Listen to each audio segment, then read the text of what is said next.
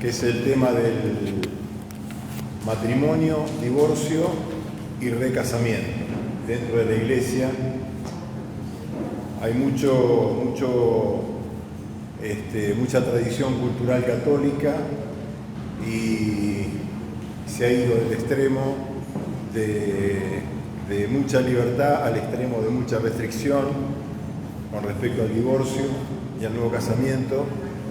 Y yo me convertí en una denominación que estaba en el extremo del no, el extremo de que todo no. Si el matrimonio fracasaba, tenían que quedarse o arreglarse o quedarse solos para siempre. Hasta que, Dios me llevó a través de una experiencia personal, familiar, a reconsiderar, y encuentro que hay que estudiar la palabra de Dios y también tener una visión cultural de lo que es el matrimonio. Así que hoy vamos a ver el orden original de Dios, vamos a ver las consideraciones sobre el divorcio, la realidad del pecado y lo que es el pacto matrimonial. Y el domingo que viene vamos a entrar directamente en el tema del divorcio, que comienza con Moisés. Jesús también habla y Pablo también habla de eso. Así que vamos a comenzar con el orden original. El matrimonio no es un invento humano, no es una creación de una raza, de un país, de una cultura. El matrimonio es una creación de Dios. En Génesis capítulo 2, vamos a leer Génesis 2, del 21 al 25. Si ustedes quieren buscar en sus Biblias.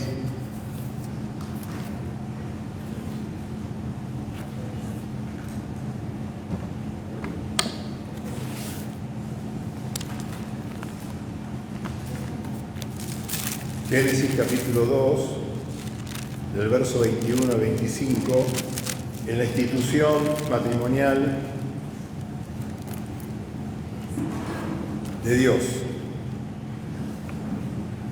Dice en el 2:21, entonces Jehová Dios hizo caer sueño profundo sobre Adán, y mientras éste dormía, tomó una de sus costillas y cerró la carne en su lugar. Y de la costilla que Jehová Dios tomó del hombre, hizo una mujer y la trajo al hombre. Dijo entonces Adán, esto es ahora hueso de mis huesos y carne de mi carne. Esta será llamada varona porque del varón fue tomada. Por tanto dejará el hombre a su padre y a su madre y se unirá a su mujer y serán una sola carne. Y estaban ambos desnudos, Adán y su mujer, y no se avergonzaron. Esta es la institución matrimonial de parte de Dios, el comienzo. Y vamos a analizar las tres partes que dice aquí, que son importantes para entender cómo funciona un matrimonio. Primero el Señor dice, dejará padre y madre, dejará el hombre a su padre y a su madre. En el Edén no había padre, madre, hijos, había esposos. Y el Señor advierte, dice, los esposos van a tener hijos, van a ser padres, y la continuidad de la humanidad y de la institución matrimonial requiere que cuando una nueva familia comienza, los padres queden en segundo plano. Los padres ya tienen otro nivel de autoridad. Los padres ya no son padres en un sentido como cuando el hijo es solo, soltero, o joven, o niño, sino que los padres tienen que tomar otro rol. Entonces, dejar padre y madre era comenzar lo que se llamaba una nueva casa, un nuevo hogar, una nueva familia.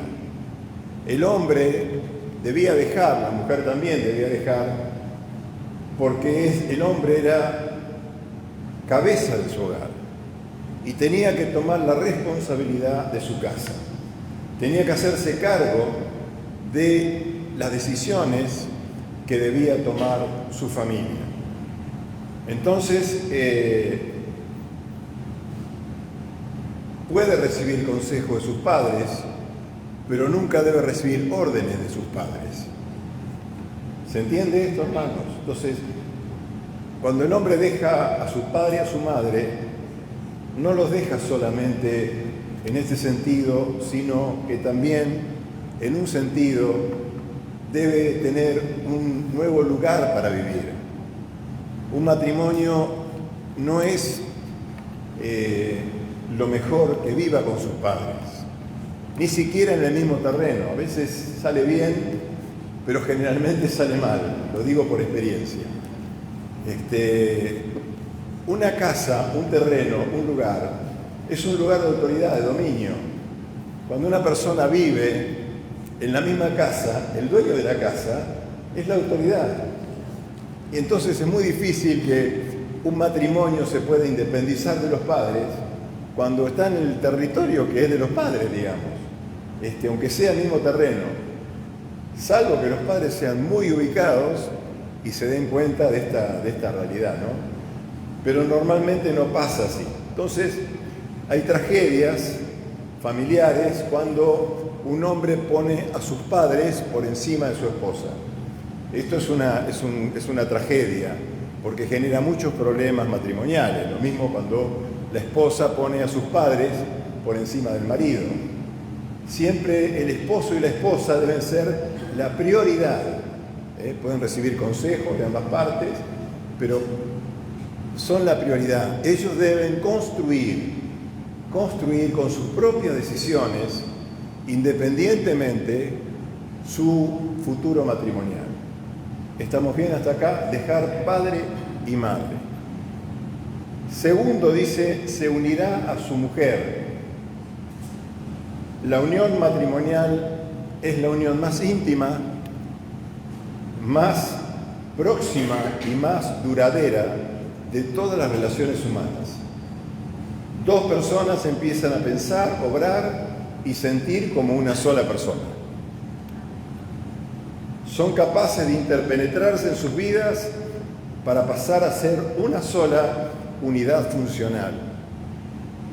Pablo, citando este versículo en Efesios 5, 28 al 33, vamos a leerlo, dice que la relación es tan íntima que todo lo que el hombre hace, sea bueno o malo a su esposa, se lo hace a sí mismo, porque ha pasado a ser una sola carne.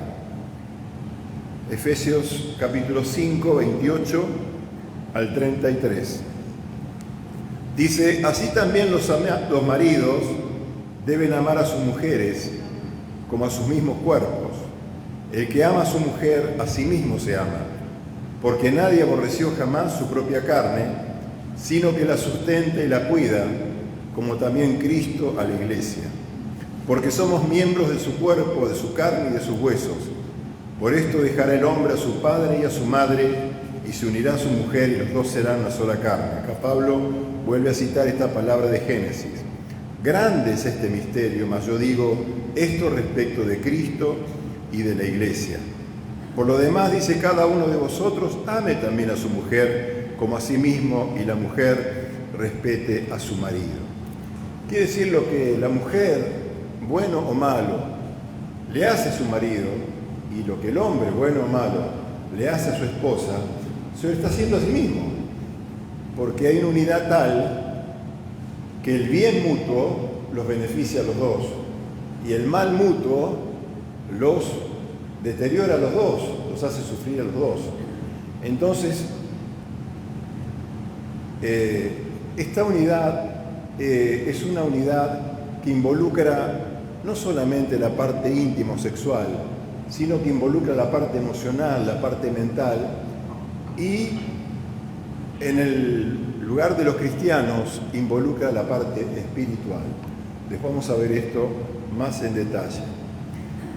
En el versículo 25, hablando de la unidad matrimonial, Moisés, que escribió Génesis, dice que ambos estaban desnudos y no tenían vergüenza. La vergüenza es la consecuencia del pecado. La vergüenza entró en Génesis 3:7. Aparece cuando, después del pecado, ellos se ven desnudos y se empiezan a vestir de alguna manera.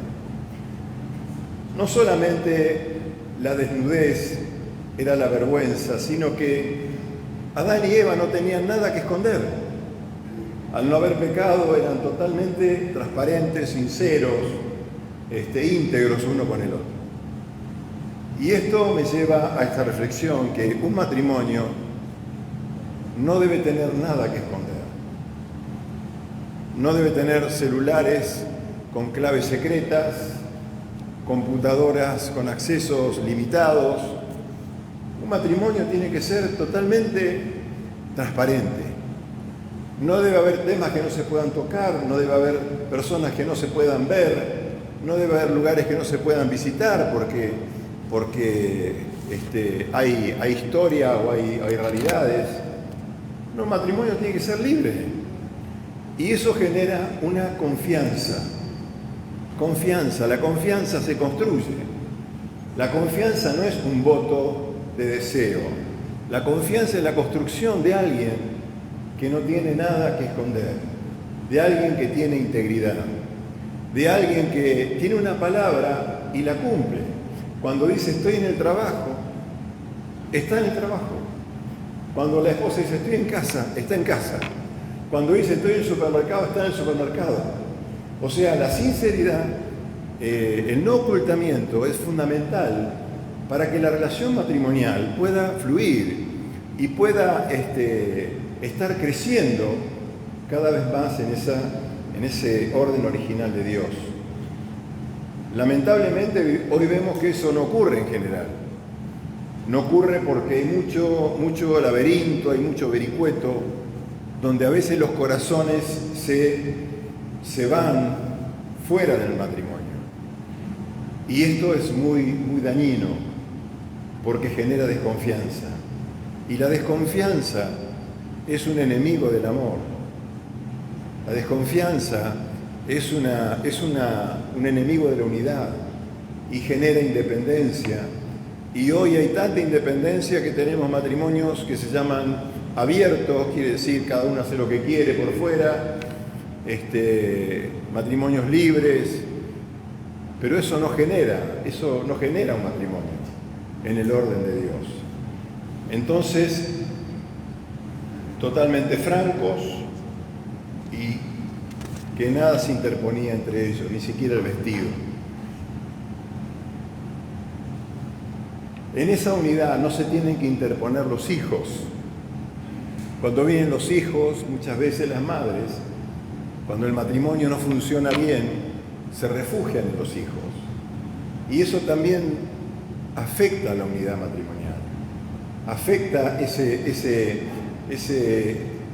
esa interconexión o esa fusión que tienen que tener el marido y la mujer. Los hijos tienen un lugar que es temporal. Los hijos tienen que ser criados para volar, tienen que ser equipados para la vida, no para quedarse en el hogar eternamente. Los hijos tienen que ser equipados para que salgan a la vida con todas las herramientas que van a necesitar para la vida. Y si están en un hogar cristiano, tienen que ser equipados con todo el consejo de Dios para cuando salgan a la vida. Acepten a Dios o no acepten, ellos deben vivir en un ambiente cristiano. El problema de muchos hijos que después no siguen al Señor es porque en la casa no se vive un ambiente cristiano realmente. Se vive una cosa en la iglesia, pero en la casa se vive otra cosa. Entonces es muy importante que la vida cristiana matrimonial pase por estos lugares de sanidad y de santidad. Que el matrimonio vaya creciendo, que ame a Dios por sobre todas las cosas, que en todo tenga la prioridad de considerar a Dios, de considerar la palabra de Dios. Es ahí el punto de crecimiento, es ahí el punto de victoria.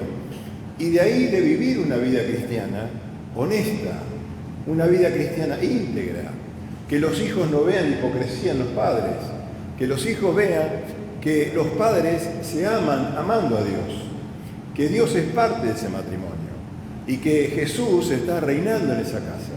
Entonces los hijos podrán rechazar o independizarse de la fe un tiempo, pero su corazón va a tener un testimonio vivo de lo que es una familia cristiana. Entonces, nada debe interponerse. Serán una sola, dice, tienen que estar unidos. Entonces no tiene que interponerse ni el trabajo, ni ninguna forma de satisfacción que supere, digamos, la satisfacción del amor matrimonial. Y en esto hay que trabajar porque muchas veces siempre estamos tentados, ¿no?, a hacer cosas que realmente no son de Dios para el matrimonio. Los otros días me encontré con una mujer que conozco de chiquita y no la vi hace mucho, pero bueno, son cristianos, con el esposo, y le digo, ¿tu esposo cómo está? Me dice, está bien, está en Los Ángeles. En Los Ángeles, sí, porque en el trabajo consiguió un premio y el premio era para uno solo, así que se fue a Los Ángeles, mandó fotos, está mirando el mar desde el hotel. Digo, ¿y vos estás acá? Sí, yo me quedo acá. Y el año pasado se fue a Europa porque ganó otro premio y estuvo en Europa. Y yo me quedo cuidando a los chicos y eso. Y yo me quedé triste porque eso no es la vida matrimonial. Y ellos se autodenominan cristianos y yo sé que aman al Señor, pero la vivencia está contaminada con el mundo. Eso es del mundo, esa independencia, esos que dicen, me voy de vacaciones con mis amigos, con mis amigas, y el esposo, la esposa se quedan. Eso no es de Dios, hermanos. Las vacaciones son con la esposa y el esposo, son entre esposos. Las salidas son entre esposos. Y si hay amigos, son entre esposos. No está mal que una mujer salga con una amiga, eso no es el problema. Pero no son vacaciones. No son periodos prolongados de tiempo. El matrimonio es lo primordial. Es ahí donde se debe trabajar. Vayan pensando porque ahora vamos a tener un tiempo de reflexión. Ser una sola carne, dice el Señor. Una sola carne pensamos siempre que es la parte sexual, pero no es la parte sexual. Porque en la Biblia, la involucra obviamente, pero en la Biblia carne es persona. Cuando Joel capítulo 2 dice que el Señor derramará su espíritu sobre toda carne, está diciendo sobre toda persona. Quiere decir que Dios, lo que Él une, vamos a ver lo que Él une después, lo que Él une, Él lo ve como una sola persona. Dice, serán una sola persona.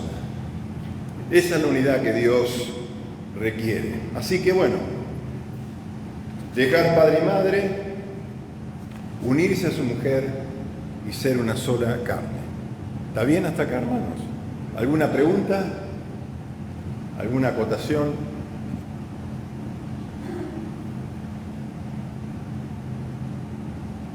Segundo, el divorcio.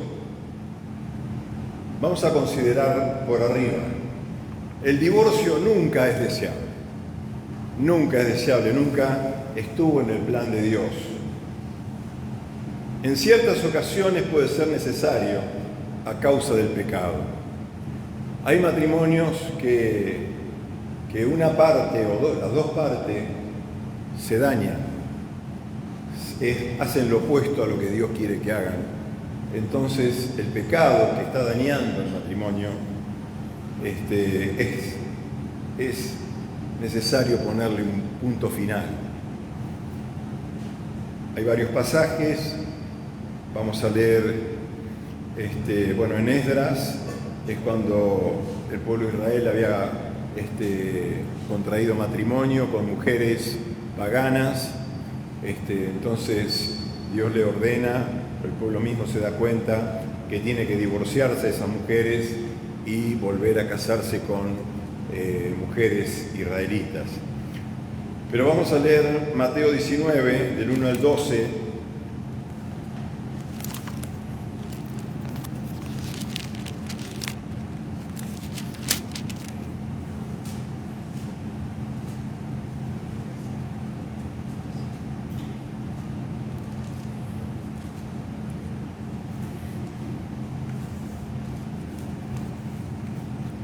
Dice, aconteció que cuando Jesús terminó estas palabras se alejó de Galilea y se fue a las regiones de Judea al otro lado del Jordán. Le siguieron grandes multitudes y los sanó allí. Entonces vinieron a él los fariseos tentándole y diciéndole, ¿es lícito al hombre repudiar a su mujer por cualquier causa? Él respondiendo les dijo, ¿no habéis leído que el que los hizo al principio, varón y hembra, los hizo? Y dijo, por esto el hombre dejará padre y madre y se unirá a su mujer y los dos serán una sola carne. Así que ya no son más dos, sino una sola carne. Por tanto, lo que Dios juntó, no lo separe el hombre. Le dijeron, ¿por qué pues mandó Moisés dar carta de divorcio y repudiarla?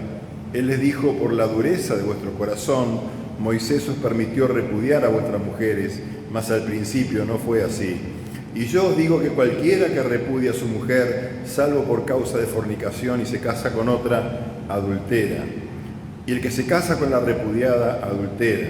Le dijeron sus discípulos, si así es la condición del hombre con su mujer, no conviene casarse. Entonces él les dijo, no todos son capaces de recibir esto, sino aquellos a quienes es dado. Pues hay eunucos que nacieron así del vientre de su madre, y hay eunucos que son hechos eunucos por los hombres, y hay eunucos que se hacen a sí mismos, se hicieron eunucos por causa del reino de los cielos. El que sea capaz de recibir esto, que lo reciba. Entonces, Jesús dice, no es deseable el matrimonio. Dice, fue una necesidad que Dios tuvo que intervenir para poner orden.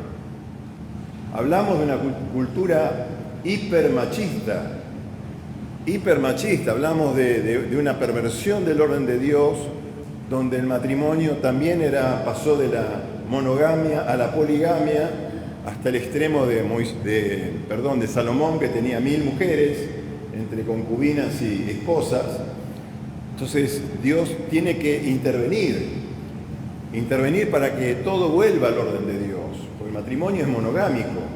Entonces Dios interviene y después los hombres le encontraban a la mujer, se cansaban de la mujer y la repudiaban, que decir, la echaban. La echaban directamente, y una mujer que no tenía marido, la única opción era volver a la casa de los padres. Si los padres vivían y si tenían casa.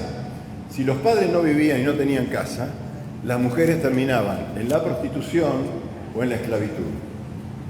¿Se dan cuenta? Entonces el marido decía, no importa, tómatela, andate, no te quiero más, que pase la que sigue. Así se funcionaba en esa época, el machismo extremo. Entonces Dios interviene y dice no. Dice, esto tiene que ser reglamentado. Entonces dice, algunos quieren repudiar, bueno, eso lo vamos a ver el domingo que viene, el divorcio tenía un sistema, unos pasos que tenía que dar. Entonces, vamos a ir entre cristianos. Esto vamos a ver la diferencia entre no cristianos, cristianos y matrimonios mixtos. Entonces, entre cristianos, el divorcio nunca es inevitable. Nunca es inevitable. Siempre se puede evitar. Siempre los cristianos que aman al Señor y han puesto desde el principio a Dios y su palabra y a la iglesia como el recurso para salir de las pruebas y de los problemas, salen adelante porque hay abundante gracia en Dios. Porque uno tiene que crecer en el amor. Para crecer en el amor tiene que menguar. Los dos tienen que menguar, a veces uno más que otro. Hay que sufrir por amor.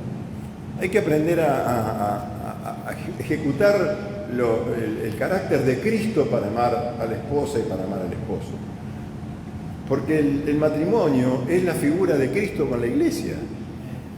Es la unión de Cristo, es la figura de la unión de Cristo con la iglesia. Así como Eva salió del costado de Adán, cuando Jesús fue traspasado en la cruz y salió agua y sangre, de ahí nace la iglesia, porque agua es gracia y sangre es justificación.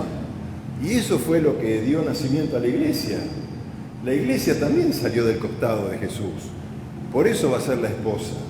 Por eso la Biblia comienza con un matrimonio y termina con otro matrimonio. ¿Se dan cuenta, hermanos? Entonces, es la importancia del crecimiento en Dios que que da el matrimonio. Muy bien.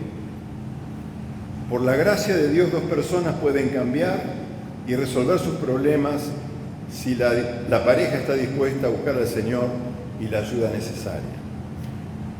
Y tercero, entre cristianos está permitido el divorcio bajo ciertas condiciones y formas de proceder. Vamos a leer 1 Corintios 7.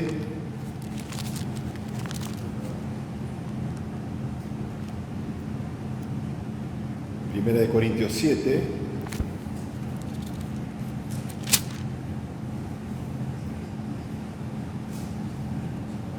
del 10 al 16, dice: pero a los que están unidos en matrimonio mando no yo, sino el Señor, que la mujer no se separe del marido, y si se separa, quédese sin casar o reconcíliese con su marido, y que el marido no abandone a su mujer. Y a los demás yo digo, no el Señor: si algún hermano tiene mujer que no sea creyente y ella consiente en vivir con él, no la abandone. Y si una mujer tiene marido que no sea creyente y él consiente en vivir con ella, no lo abandone, porque el marido incrédulo es santificado en la mujer y la mujer incrédula en el marido, porque de otra manera vuestros hijos serían inmundos, mientras que ahora son santos. Dice: pero si el incrédulo se separa, si el incrédulo no quiere vivir con el creyente, dice: sepárese. Dice: pues no está el hermano o la hermana sujeto a servidumbre en semejante caso, sino que a paz nos llamó el Señor. Dice: porque, ¿qué sabes tú, oh mujer, si quizás harás salvo a tu marido? ¿O qué sabes tú, oh marido, si quizás harás salva a tu mujer? Hasta ahí. Está diciendo: si hay un matrimonio donde una persona se manifiesta no creyente, dice el creyente está libre. Dice: está libre. Dice: si no consiente en vivir. Dice: queda libre. Dice: porque ¿qué seguridad tiene que la esposa o el esposo se va a convertir? Ninguna. Ninguna. Entonces dice: si no consiente, tiene libertad para divorciarse, para separarse. Siempre en la Biblia, cuando hablamos de divorcio, tenemos que entender que el divorcio es ruptura de un pacto matrimonial y libertad para otro pacto matrimonial. Siempre el divorcio en la Biblia es habilitar para un nuevo casamiento. Muy bien. Vamos al punto 3. La realidad del pecado. Sabemos que primero está lo ideal y lo perfecto. Dios siempre, sus pensamientos, sus planes, sus propósitos son ideales y perfectos. Amén. Pero hay una realidad, está el pecado. Entonces los planes de Dios tienen que ir progresando desde la realidad del pecado hasta lo ideal y lo perfecto. O sea, Dios no pone una varita mágica y cambia todo. Hay un proceso en la humanidad, hay un proceso donde Dios va llevando en su voluntad a que la luz vaya en aumento, que la santidad vaya en aumento, que la revelación vaya en aumento, hasta que llegue, digamos, la revelación perfecta. Pero no debemos aceptar como perfecto lo que no responda al ideal de Dios. Amén. Tenemos que decir: esto no es el ideal de Dios. El divorcio no es el ideal de Dios. El ideal de Dios es el matrimonio que ama a Dios, que pone a Dios en primer lugar, que busca crecimiento, que busca alcanzar el propósito de Dios en su vida, que supera sus problemas, que crece en amor, que crece en adoración a Dios. Ese es el propósito de Dios. Entonces, nos encontramos con la realidad pecaminosa. Debemos recordar que Dios, aunque odia el pecado, provee soluciones para remediarlo. Jesús es la provisión de Dios para remediar el pecado, ¿o no? Entonces, si no hubiera pecado, Jesús no tendría que haber venido a esta tierra a morir en la cruz. Entonces Dios interviene para sacarnos del pecado, para ir sacando a la humanidad y proveerle recursos para salir del pecado. Entonces, está lo ideal y perfecto, hay una realidad pecaminosa, El corazón de estos hombres y de la humanidad hasta el día de hoy es un corazón generalmente dividido en este mundo, y entonces hay pecado. Y las soluciones de Dios. Nosotros como cristianos debemos aborrecer el pecado en todas sus formas. Debemos ayudar a las personas en las realidades en que viven, no juzgarlos, no condenarlos, porque también nosotros somos débiles. Pero tenemos que decir, esta es la verdad, el ideal de Dios. Este es el ideal. No podemos diluir el ideal de Dios para que un matrimonio funcione. Este es el ideal de Dios. Bueno, acompañemos a los matrimonios, proveyámosle de parte de Dios misericordia y gracia para que lleguen al ideal de Dios, para que por lo menos lo deseen, para que por lo menos trabajen para llegar al ideal de Dios. Pero no podemos decir, este no es el ideal de Dios, y bueno, atémoslo con alambre y que siga funcionando, como decimos acá, ¿no? En la Argentina. No, el ideal de Dios siempre es lo perfecto. Y nosotros debemos aborrecer todo aquello que impide llegar a lo perfecto de Dios.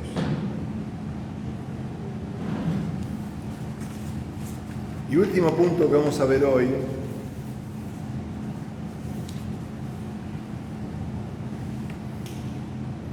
es algo importante. Vamos a leer primero en Mateo 5, que es el tema que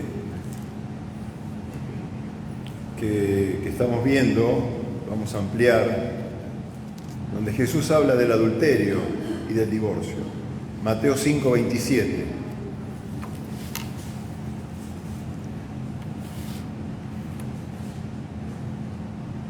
En adelante, hasta el 32. Dice Mateo 5, 27, oísteis que fue dicho, no cometerás adulterio. Pero yo os digo que cualquiera que mira a una mujer para codiciarla, ya adulteró con ella en su corazón. Hermanos, podemos decir que si una mujer mira a un hombre para codiciarlo, también adulteró en su corazón. Amén. Entonces dice, por tanto, dice, si tu ojo derecho te es ocasión de caer, sácalo y échalo de ti, pues mejor te es que se pierda uno de tus miembros y no que todo su cuerpo sea echado al infierno. Y si tu mano derecha te es ocasión de caer, córtala y échala de ti, pues mejor te es que se pierda uno de tus miembros y no que todo tu cuerpo sea echado al infierno. También fue dicho, cualquiera que repudie a su mujer, dele carta de divorcio, pero yo os digo que el que repudia a su mujer, a no ser por causa de fornicación, hace que ella adultere, y el que se casa con la repudiada comete adulterio. El domingo que viene vamos a ver mejor esto, pero Jesús en otro pasaje dice que el hombre no separe lo que Dios juntó. La pregunta fundamental, ¿qué es lo que junta Dios? ¿Qué es lo que une Dios? ¿Cuándo podemos decir, este matrimonio lo unió Dios? Hoy las parejas se enamoran, hacen un proyecto de vida, se van a vivir juntos y tratan de ser felices lo mejor que pueden. Pero eso no es un matrimonio que unió Dios. Entonces, bíblicamente, ¿qué es lo que Dios une? Y esto es muy importante cuando hablamos del divorcio. Porque si Dios no une, no hay matrimonio, hermanos. Si Dios no une, hay buenas intenciones humanas. A veces hay personas que logran llevar esa unidad en un proceso lindo, pero sin Dios es una victoria humana. Sin Dios es un sin propósito. Pero cuando una pareja que ama a Dios, y lo digo esto porque es importante, que la pareja debe amar a Dios antes de casarse. Antes de casarse. Tienen que tener a Dios como su máximo amor, como su máximo deseo. Honrar a Dios, adorar a Dios, amar la palabra de Dios antes de casarse. Por eso Pablo dice que la mujer que se recasa, dice, pero ahora que se case en el Señor. ¿Qué es casarse en el Señor? Es casarse con alguien que honra al Señor. Es casarse con alguien que cuando haya una crisis va a ir a los pies de Cristo, va a pedir ayuda a la iglesia, se va a humillar, va a decir, necesito que cambiar lo que tenga que cambiar y estoy dispuesto, aunque me cueste, para que el amor entre nosotros siga creciendo y honrando al Señor. Entonces, Malaquías 2:14, vamos a leer esto. Malaquías es el último libro del Antiguo Testamento. Se usa mucho para el diezmo, pero dice más que el diezmo.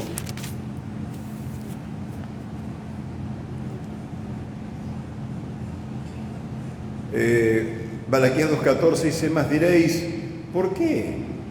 ¿Por qué Jehová ha atestiguado entre ti y la mujer de tu juventud, contra la cual has sido desleal, siendo ella tu compañera y la mujer de tu pacto? ¿No hizo él uno habiendo en él abundancia de espíritu? ¿Y por qué uno? Porque buscaba una descendencia para Dios.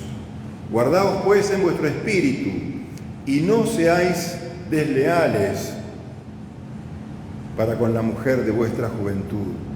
Porque Jehová Dios de Israel ha dicho que él aborrece el repudio y al que cubre de iniquidad su vestido, dijo Jehová de los ejércitos. Guardaos pues en vuestro espíritu y no seáis desleales.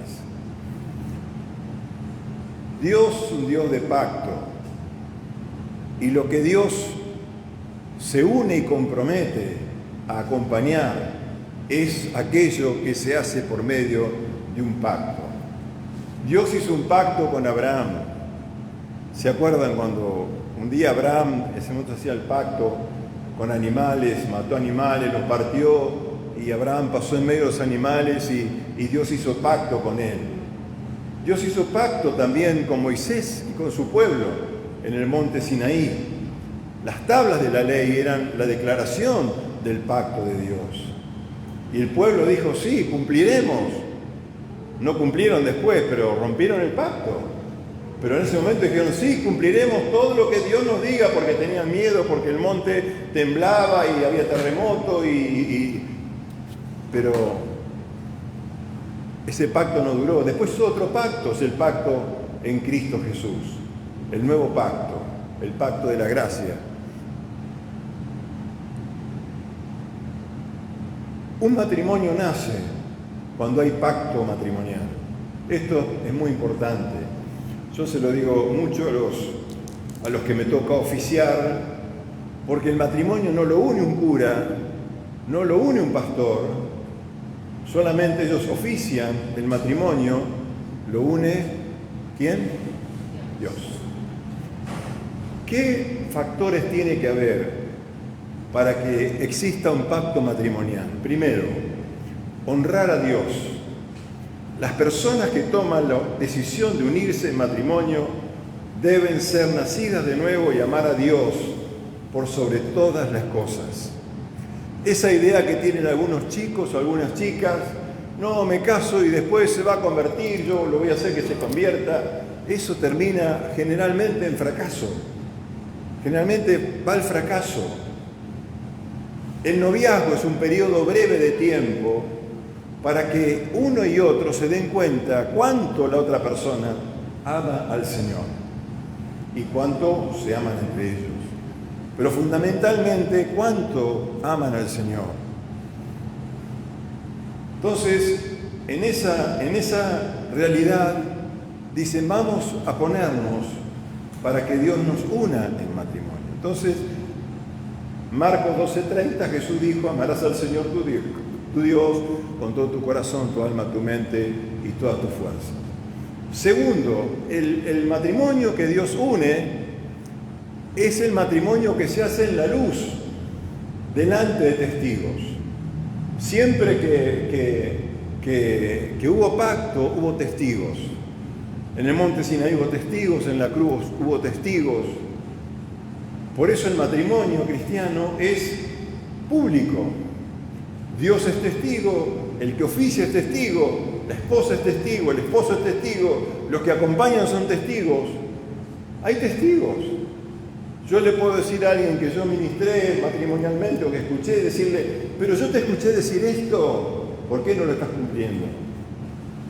Porque el matrimonio cristiano es público, tiene testigos. Dios se compromete en el pacto realizado en presencia de testigos. Nunca un matrimonio se constituye de manera secreta, de manera individual.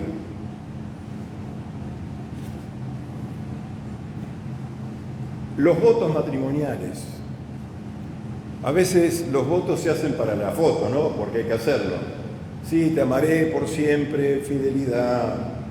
Pero el voto matrimonial es lo que Dios toma en cuenta, es la declaración de integridad, de compromiso, de amor delante de Dios y delante de la esposa y del esposo, donde cada uno dice delante de los testigos, yo me comprometo a amarte hasta la muerte, a cuidarte, a proveerte, a protegerte en la salud, en la enfermedad, en el bien, en la adversidad. Yo me comprometo. ¿Me escucharon todos? ¿Me escuchó Dios? Yo me comprometo. Es mi palabra de hombre.